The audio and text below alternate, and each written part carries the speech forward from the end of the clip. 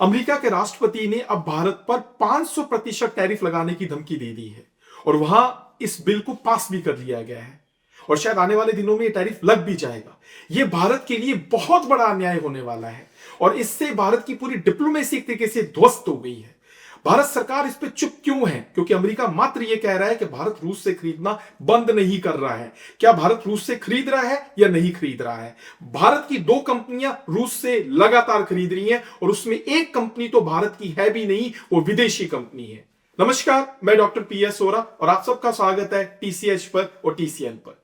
हाँ दोस्तों, भारत में 2 कंपनियां जो लगातार रूस से खरीद रही हैं। एक कंपनी जिसका नाम लगातार चल रहा है वो है रिलायंस। दूसरी कंपनी वो एक विदेशी कंपनी है जो भारत में रहकर रूस से कच्चा तेल खरीद रही है और उसी कारण ट्रंप है वो भड़के हुए हैं और 500% टैरिफ की धमकी दे रहे हैं। जी हां, मैं रिलायंस के बाद बात कर रहा हूं नायरा की। कौन है ये नायरा? ये स्टॉक मार्केट पे लिस्टेड कंपनी नहीं है। नायरा एट प्रेजेंट एक विदेशी कंपनी है। 2016 में नायरा ने भारत के एसआर समूह को टेक ओवर किया था और नायरा के नाम से भारत में अपना ट्रेड करना शुरू किया। एसआर समूह, वही एसआर समूह जो भारत में क्रूड ऑयल में एक बहुत बड़ा नाम हुआ करता था। 1969 में शशि रुइया और रवि रुइया ने जिसे स्थापित किया था और वो बीएससी पे लिस्टेड कंपनी हुआ करती थी। उस कंपनी को रूस की कौन सी कंपनी? रूस की कंपनी रोसनेफ्ट ने उसे टेक ओवर किया और उसमें 50% की इक्विटी लेकर उसे नाम दे दिया नायरा। और उसमें बाकी 50% जो है वो आम जनता का नहीं है और पब्लिक कंपनी नहीं है। 50% किसी और कंसोर्टियम के पास में है।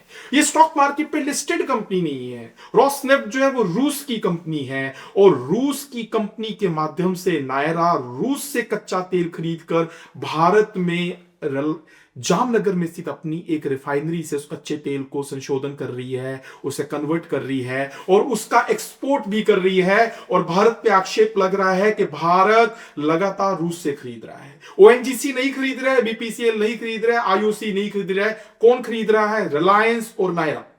और रिलायंस के बारे में तो जग जाहिर है।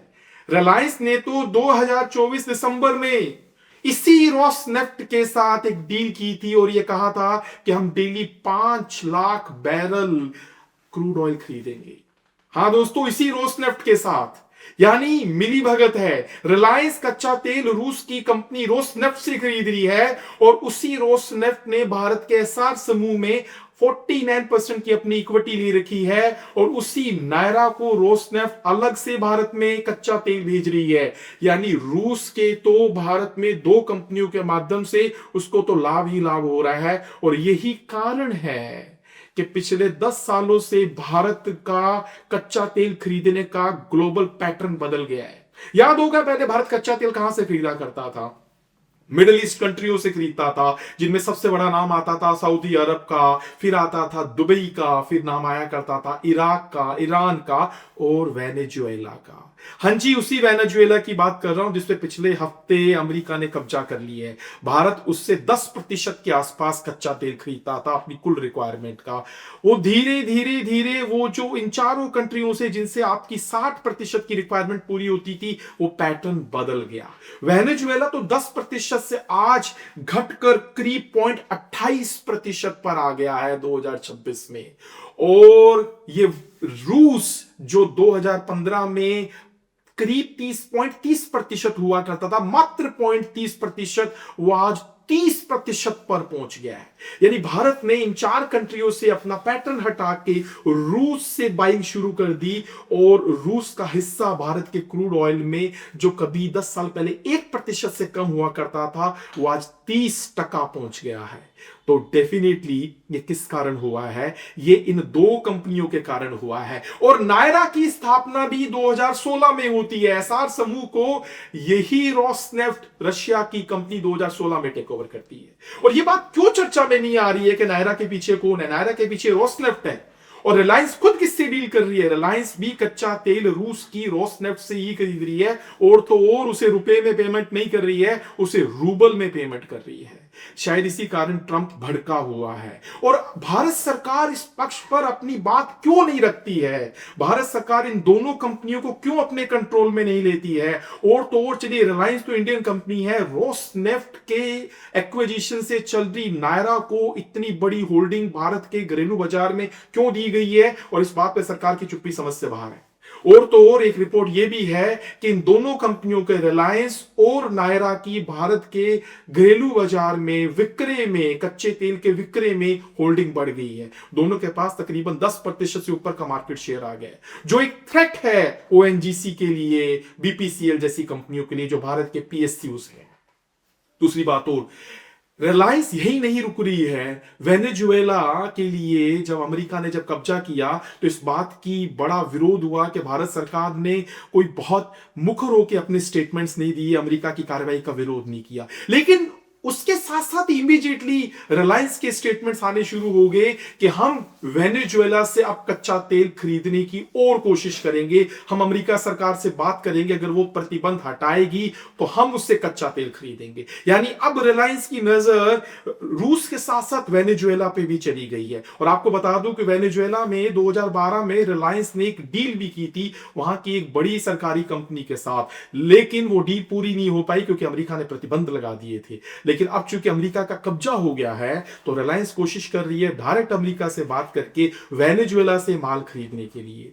यानी रिलायंस का भारत में कच्चे तेल के माध्यम से इतना ज्यादा इन्फ्लुएंस सरकार पर क्रिएट हो गया है कि सरकार कहीं ना कहीं उसके सामने दब रही है। और ट्रंप इसी कारण एक बहुत अमानवीय व्यवहार कर रहे हैं और 500% का टैरिफ लगा रहे हैं, जिसके कारण भारत के दूसरे क्षेत्र जो अमेरिका को निर्यात करते हैं वो तकरीबन तबाह हो जाएंगे, जिनमें ज्वेलरी और कई ऐसे संस्थान हैं। इसके अलावा रिलायंस ही नहीं रुक रही है। बीते दिनों आपको यह भी याद होगा केजी बेसिन के संबंध में भी, कृष्णा गोदावरी आंध्र प्रदेश के तट पर स्थित नदियों में, समुद्र में, जहां 2000 में कच्चा तेल और गैस निकलने की खोज की गई थी और वाजपेयी सरकार ने तब रिलायंस को D6 अलॉट किया था और यह कहा था कि आप तकरीबन 20 TCF कच्चा तेल और गैस प्रतिदिन निकालेंगे। लेकिन रिलायंस ने वो डील कभी पूरी नहीं की। रिलायंस अपनी मनमानी करती रही और बोलती रही साहब लागत बढ़ रही है, इन्वेस्टमेंट बढ़ रहा है, और कभी नहीं हुआ।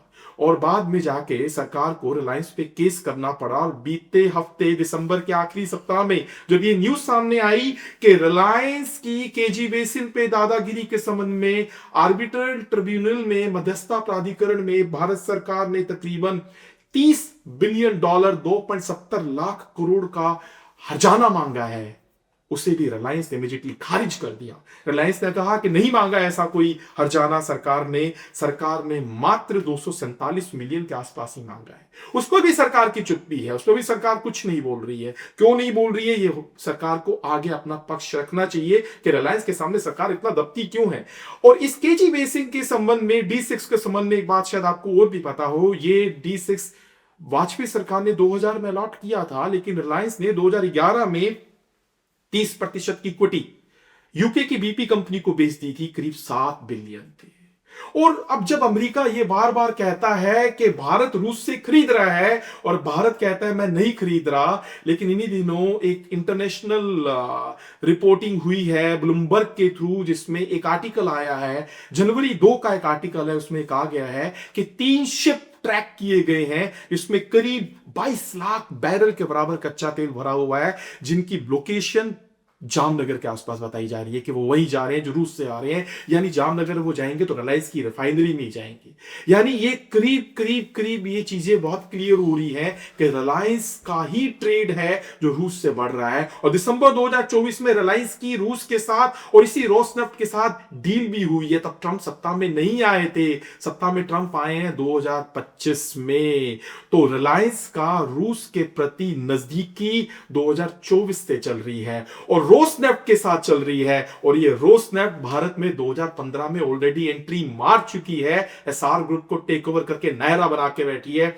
यानी अगर मैं कंक्लूजन में ये बोलूं कि रोसनेफ्ट एक ऐसी कंपनी है जिसके कारण भारत दब रहा है, रिलायंस का उससे कॉपरेशन है, उससे पूरा सहयोग है, और उसी के कारण ट्रंप का 500% का टैरिफ आने वाले दिनों में हमें देखने को मिल सकता है। इस पक्ष पर सरकार की क्लैरिटी, सरकार का पक्ष बड़ा खुलकर आना चाहिए। जिसकी जरूरत है समय को। शुक्रिया, थैंक यू वेरी मच।